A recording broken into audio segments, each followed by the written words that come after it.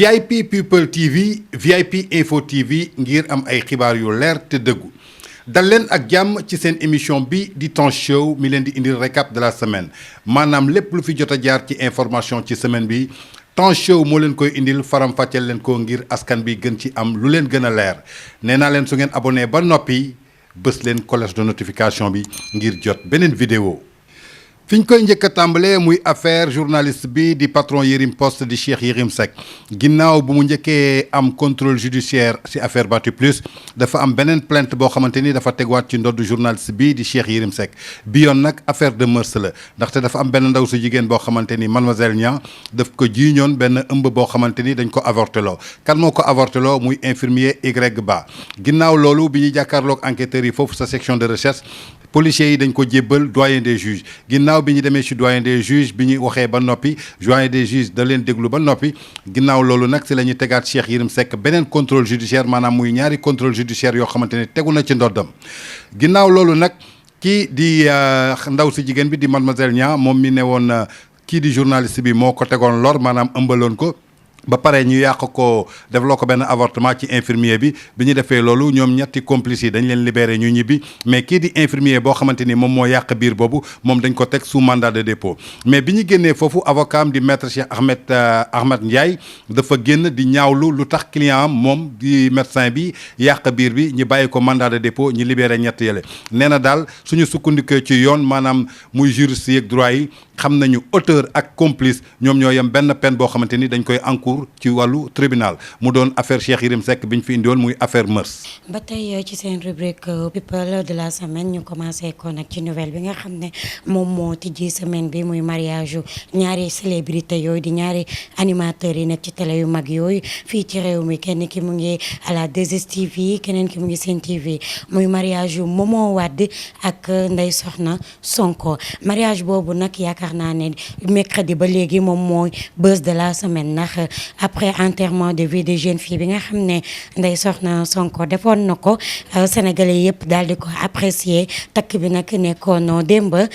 ñu wonoon leen image yi waaye tamit gis nañ ne parents wu ku góor ki def na ay témoignage moom ñoom marié yi aussi ku ci nekk jox nga message sa moroom message yi nag ku ci nekk boo bëggee dégg li la sa moroom waxal wala lu marié bu nekk waxal moroomam ngeen dugg ci seen site internet bi ngeen taamu di vippeople.net ak vipinfo.net. lii tamit di beneen kawteef boo xamante ni mi ngi xewoon atum juillet 2019 muy commissaire Tafsir Sané bi nga xamante ni dañ ko faatoon ñan ñoo ko faatoon boobu ba tey ñi ngi woon sous mandat de dépôt mais bi ñu jàkkaarloog procureur nag dafa requérir la perpétuité pour kan maanaam ñi nga xamante ni jotoon nañu def ñaawteef boobu kii di Idrissa Sow moom ci la bokkoon kii di Keroka Ba ci la bokkoon kii di Moussa Diawo ci la bokkoon Sidi Diallo moom it ci la bokkoon ñoom dañ leen inculpé maanaam à perpétuité mais am na ñeneen ñoo xamante ni ñaar ñoo xam dañ ci bokkoon muy Khoureyssi Diallo ak Pathé Ba ñoom nag 6 mois la ñuy jël ak sursis li ñu leen di tuumal maanaam dañu yoroon arme boo xamante ni illégal arme la ñu yoroon mais illégal amuñu woon port d'arme amuñu woon dara kon daal lu ñu mën a jàpp ñi faatoon commandant bi di Tafsir Sané procureur requiert na la perpétuité maanaam loolu la ñaan daal ñu sàkku ko pour que ñu teg ko seen ndodd muy ñoo xamante ni ñoo faatoon commandant boobu di Tafsir Sané atum juillet 2019. Tange bu ñu jógee ginnaaw bi ñu leen annoncé mariage boobu nga xam ne 2 animateurs yooyu def nañ ko ci mu ñu tijji week-end bi waaye tamit dañ leen di informer l'agression d'une journaliste bi nga xam ne moom it amoon na ampleur lool semaine bi diggante Pawlish Mbaye ak Fifita bi nga xam ne moo nekk diaspora 221 donc loolu mu juróon ampleur bu rey ñu bëri naqarlu ko surtout nag rawatina ñun nga xam ne ñun ñooy journaliste nga xam ne suñu mbokk la ñu laal métut nañ ko loolu mais polémique bi bëri woon na parce que ñu bëri ñu ngi doon naan buzz la ñii naan du buzz daf ko def exprès lu ci mënti am information générale boo leen ko bëggee xam dugg leen ci votre site internet vippeople.net waaye tamit nee nañu amaat nañu beneen information boo xam ne tey lañ ko dugal ñu ne famille xale bu jigéen bi ak site bi nga xam ne foofu la nekk porté nañu plainte kooku di Pawlish Mbaye lu waral li ni mel nag lan moo tax lan moo leen poussé bañ dem ba ci biir porté plainte boo leen duggee seen biir site internet vippeople.net wala VIP info di ngeen ci am lu leer. suñu jógee nag ci ñaawteef boobu ñu defoon commandant Tafsir Sané dañuy ñëwaat ci affaire bi ñu tuddee affaire Karim Xrum Xax Karim Xrum Xax ku ko xam nag xam na activiste la boo xamante ni chaque jour day nekk di défendre les intérêts de la société mais jamono yële ñu génnoon dafa am lu mu yëkkati woon ba ñu yóbboon ko section de recherche ginnaaw loolu nag si lañ ko joxoon doyen des juges ñu tëj ko ñetti aro kaso mais ginnaaw boobu ba tey Karim Xrum Xax jàppoon leen ni jamono yële feebaroon na fi ba ñu évacué woon ko fële ca Allemagne Karim Xrum Xax nag ci prison bu mu nekk yaakaar naa ni dafa malaise dafa feebar ba ñu évacué yóbbu ko fële ca pavillon spécial mais ginnaaw loolu nag ay camarades am maanaam ay ñooñam ñoo xamante ni dañuy ànd bokk benn xeex dañuy jóg di déplorer loo xamante ni dañu ragal affaire Karim Xrum Xax mel ni assassinat boo xamante ni tegoon nañ ko kii di Blondin Diop muy ay kaddu yoo xamante nag du samay kaddu mais kaddu ay camarades yoo xamante ni ñoom ñooy ànd ak Karim Xrum Xax bi nga xamante ni dañ ko tëj ñett ci weeru kaso jamono ji ñi évacué ko fële ca pavillon spécial nee nañ daal ñoom loolu la ñuy déplorer maanaam faat bi ñu faatoon Blondin Diop lu mel noonu dal kii seen naataango bi di Karim Xrum Xax. ñu demaat ci beneen célébrité boo xam ne semaine bi moom it def na buzz di jabaru animateur moom it mu nekkoon animatrice ci télé bu mag boobu ñu naan TFM muy Kya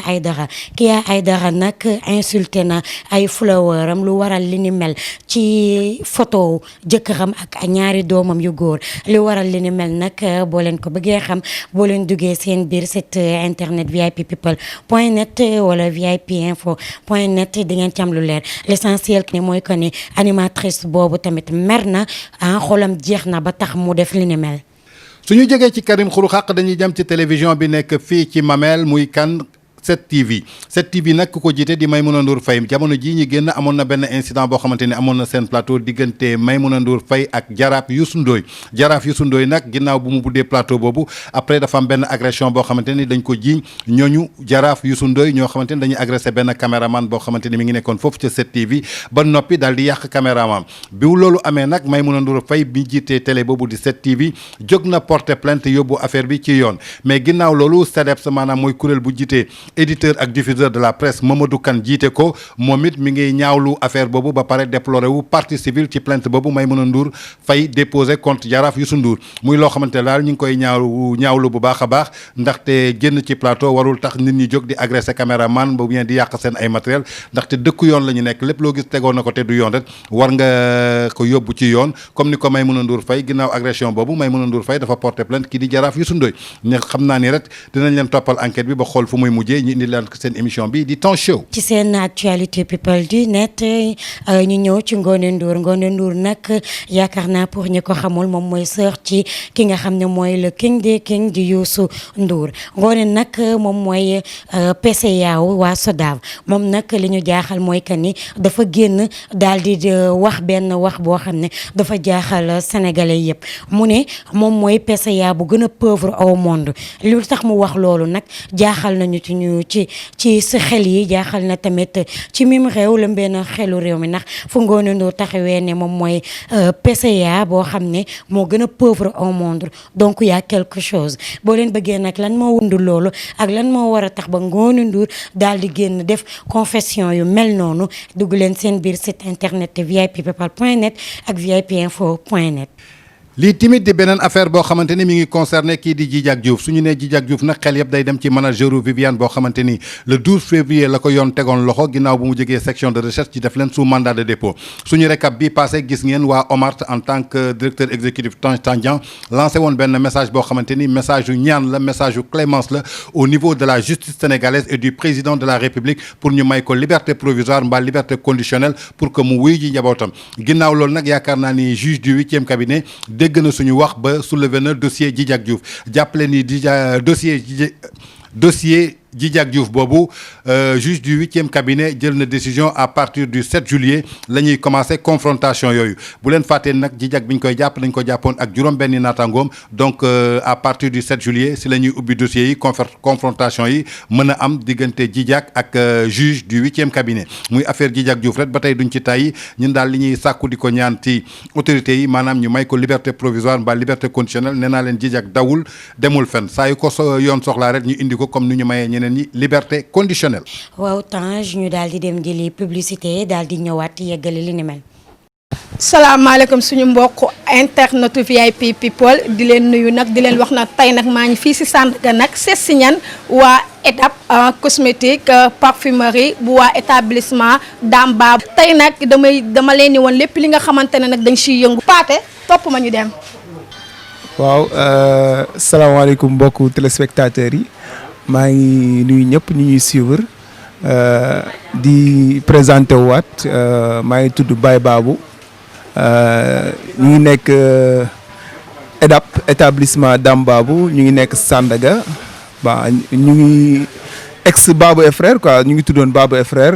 Touba Darou Khoudoss mais pour ñu gën a formel il faut ñu ut ay tur yu gën a baax daal moo tax ñu taamu ci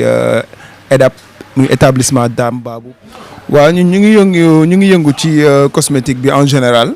ñu ngi def aussi parfumerie dañuy def parfum de classe nag la ñuy gën a def ak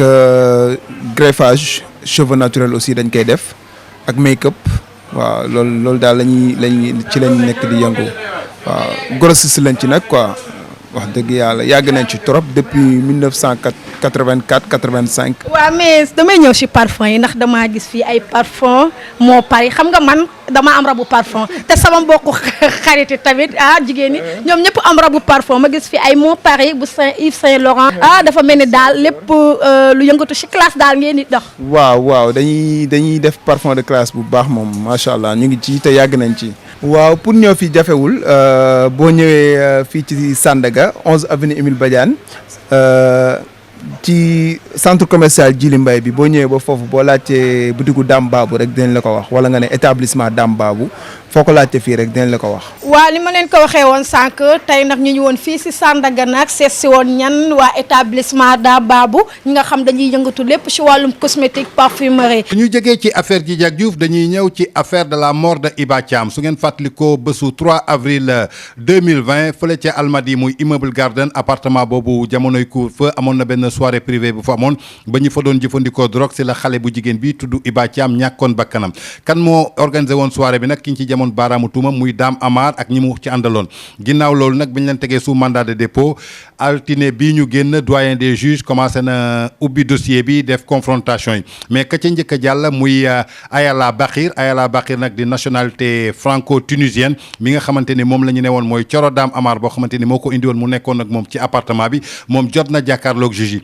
ak kan keneen ku ñuy naan Fatima Rigal nag ñu gën ko xam ci turu Poupette moom moomu bokkoon na ci appartement boobu ñu organisé woon soirée privée ba te Iba Thiam ñàkkoon ci bakkanam te juge tegoon ko sous mandat de dépôt moom ak Ayala Bakir jot nañu jàkkaarloog juge yi mu des ñeneen ñi nag mooy ni ma leen ko waxee rek dossier la boo xamante ni seen site bi di VIP People TV toppoo loolu na leen ko du début à la fin jàppale ni que lépp lu ci bees dinañ leen ko indil seen émission bi di Ton Show. ñu ñëwaat ci beneen actualité people bi nga xam ne moom it lëmbee na semaine bi muy Mounass Tour du monde site internet yi yëpp reprendre nañ ko wax ne dafa saccagé ba pare daal di duma sévèrement ki nga xam ne moom mooy Amina Ndiaye mu nekk loo xam ne moom it defoon na buzz ci site internet yi te ci semaine bi nii yëpp sénégalais yi ñu bëri am ci njaxte lu waral li ni mel nag boo leen ko bëggee xam soo leen duggee seen biir site vippeople.net wala vipinfo.net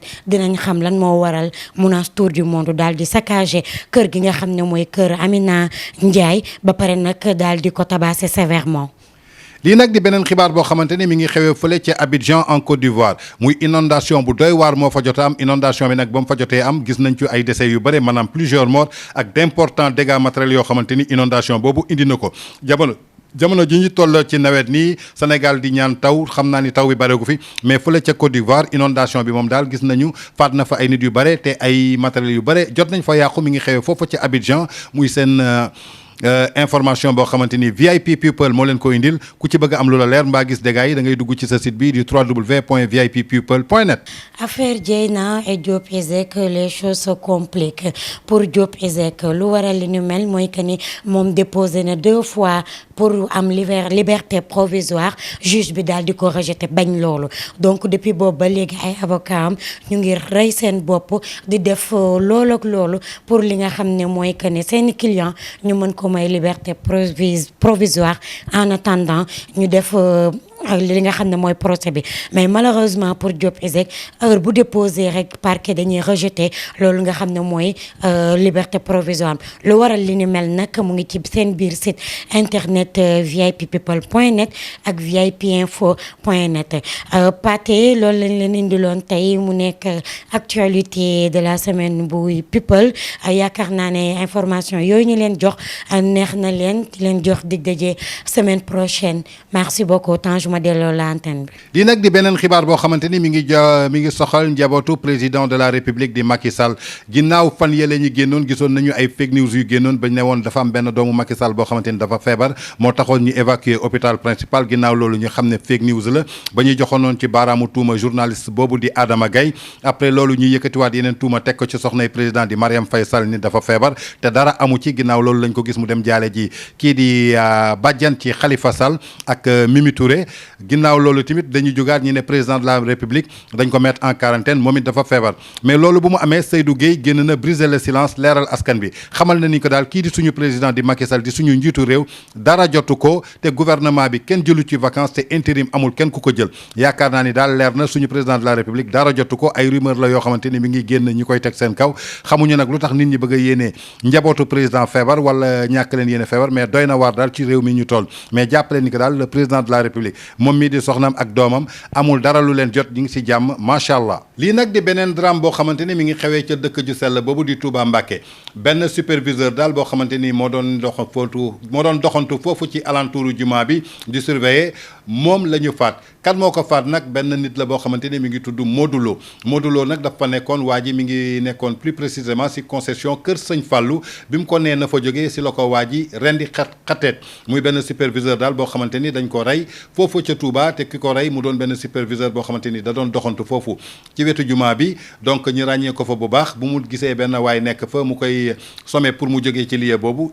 altercation bi bu mu amee si la mujj ñàkk bakkanam ñiy ñaan yàlla xare ko aljanna suufu Touba sedd ci kawam muy ay ñaawteef yoo xamante daal ñu ngi koy faral di gis jamono ji foofu ca Touba ginnaaw fan yële bi ñu gisee benn yaay Fall boo xamante ni moom aussi française la woon ñu faatoon ko bi ñu ñëwee ci biir gis nañu ay bëñam ak yenn affaires yi dañ ko dindi dafa mel ni nit ñi ngi continuer toujours ci sacrifice humain yooyu. lii nag dañuy jëm bi yoon fële ci Angleterre suñ demee ci Angleterre nag dañuy xooli club boobu ñi naan Liverpool nag suñ ko waxee suñu xel yëpp day dem ci doomu Bambali boobu di doomu Sénégal di Sadio Mané ginnaaw bi City daanoo ci ginnaaw ci kaw Chelsea sacré nañu clubu Sadio Mané boobu di Liverpool maanaam mooy champion li Angleterre maanaam ligue bu ñu fa doon def maanaam football ba ñu fa doon def Liverpool jël na raaya ja moom mooy champion ba bicha loolu amee nag kii di doomu Sénégal bi di Sadio Mané def na ci ay réaction yoo xamante ni doy na waar réaction yooyu nag ku bëgg a xam lan la Sadio Mané wax ci seen sacre boobu ñuy jël foofu ca Angleterre da ngay dugg ci sa site bi di vippeople.net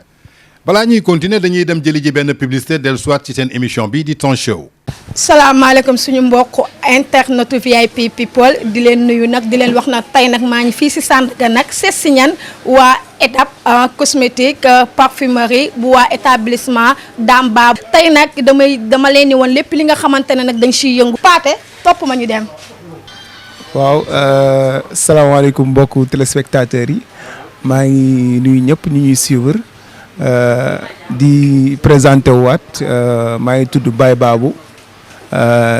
ñu ngi nekk EDAP établissement Dame Babou ñu ngi nekk Sandaga ba ñu ngi ex Babou et frère quoi ñu ngi tuddoon Babou et frère Touba Darou Khoudoss mais pour ñu gën a formel il faut ñu ut ay tur yu gën a baax daal moo tax ñu taamu ci EDAP muy établissement Dame Babou. waaw ñu ngi yëngu ci cosmétique bi en général ñu ngi def aussi parfumerie dañuy def parfum de classe nag la ñuy gën a def ak greffage cheveux naturels aussi dañ koy def ak make-up waaw loolu daal lañuy ci lañ nekk di yëngu waaw grossiste lañ ci nag quoi wax dëgg yàlla yàgg nañ ci trop depuis 1984 85. waaw mais damay ñëw ci parfum yi ndax damaa gis fii ay parfum moo pari xam nga man dama am rabu parfum te sama mbokku xarit tamit jigéen ñi ñoom ñëpp am rabu parfum ma gis fii ay moo pari bu Yves Saint Laurent dafa mel ni daal lépp lu yëngatu ci classe daal ngeen di dox. waaw dañuy def parfum de classe bu baax moom macha allah ñu ngi ci te yàgg nañ ci. waaw pour ñëw fi jafewul boo ñëwee fii ci Sandaga 11 avenue Émile Badiane ci centre commercial Djily Mbaye bi boo ñëwee ba foofu boo laajtee butigu Dame Babou rek dinañ la ko wax wala nga ne établissement Dame Babou foo ko laajte fii rek dinañ la ko wax. waa li ma leen ko waxee woon sànq tey nag ñu woon fii si Sandaga nag seet si woon ñan waa établissement Dame Babou ñi nga xam dañuy yëngatu lépp si wàllum cosmétique parfumerie. képp ko am sa produit jamono ji bëgg mu siiw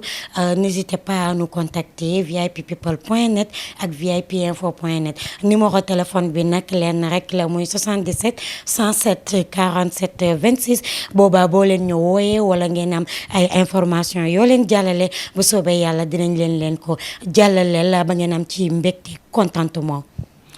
jamono jii ñu génn gis ngeen ñu ngi fiy dégg trafic bu nekk dégg nañ fi trafic illicite de drogue dégg nañ fi trafic de faux billets mu lëmbee trop suñu dëkk mais bi yoon nag trafic de personnes la ñuy dégg trafic de personnes yooyu nag ay Sierra Leone ñoo ko doon def lu toll ci 87 jigéen yoo xamante ni ñu ngi jógee fële ci Sierra Leone ñoom la ñu indi woon fii am ñoo xamante ni dañ leen doon utiliser ci ay pratiques yoo xamante ni dañ leen doon trafiqué muy trafic de personnes loo xamante ni gëj nañ ko gis ci atum njaam ya loo fa mel ni loolu moo fi del soit waaye ñetti Sierra Leone yooyu yaakaar naa ni section de recherche teg na leen loxo ku bëgg a xam ñan la ak fu ñu mujjee da ngay dugg ci sa site bi di vippeople.net mbaa vipinfo.net lii nag di affaire commissaire Sadio nag ginnaaw bi ñu ko arrêté ci biir semaine bi mu jàkkaarloo woon ak enquêteurs yi ginnaaw loolu dañ ko libéré bàyyi ko mu ñibbi këram mais ginnaaw loolu dafa def benn sortie boo xamante ni mi ngi ko defee ci suy site bu mag boobu di Seneweb mais dafa def ay révélation yoo xamante ni doy na waar ay révélation la yoo xamante ni nag du kaddu Tange Tandian du kaddu VIP People kaddu commissaire Sadio la nee na daal joxoñ na baaraamu tuuma gouvernance bi nee nañu dafa am mal gouvernance boobu lu tax mu wax ko lépp a ngi ci biir site bi di vippeople.net mbaa mu teg ci loo xamante ni man nag sañu ma ko wax nee na daal entourage yu kii ñu jiite dafa am ay góor jigéen maanaam yu ci nekk maanaam muy ay borom tour muy ay révélation yoo xamante ni c'est exclusif kan moo ko def di commissaire Sadio mi ngi ko defee ci site boobu di Seneweb VIP People reprendre ko lii nag di beneen kawteef boo xamante ni jaaxal na adduna bi yëpp kii nag mi ngi tuumaal ñaareelam maanaam waaju góor ji mooy tuumaal ñaareelam nee na ñaareelam daal daf ko soupçonné dafa am far ndaxte day gis ñaareel bi di dugg ci auberge ànd ak far ji waxuñu ko nag confidence la boo xamante ne muy kawteef boo xamante ni kii moo ko wax sama ñaareel kat dama soupçonné ko dafa am far ndaxte dama koy gis mu dugg ci auberge soo demee nag ba am ñaareel nga soupçonné ko dafa am far di ko gis muy dugg ci auberge pare nga toog xamatuñu nag lan lañ ciy ñun luñ ci mën ak luñ ciy wax muy confidence boo xamante ni daal sëy soo demee ba nga xamante ni infidèle nañ la je crois que jarul ñuy ñëw di ko def confidence lu gën a rek mooy sëy dagan na tas dagan na muy kawteew boo xamante ne mi ngi seen biir site bi di vippeople.net ginnaaw bi ñu leen indilee seen actualité de la semaine si biir Temps Show muy récap Nabou defal leen seen rubrique people dañ leen di jox dig daje beneen yoon ci beneen émission Temps Show bu leen fàttee abonné wu ba noppi bés cloche de notification bi ngir jot yeneen vidéo képp ku ci bëgg sa produit siiw mbaa nga siiwal ko da ngay contacter service commercial VIP People TV mbaa VIP Info TV à la prochaine avec un autre numéro sur Temps Show.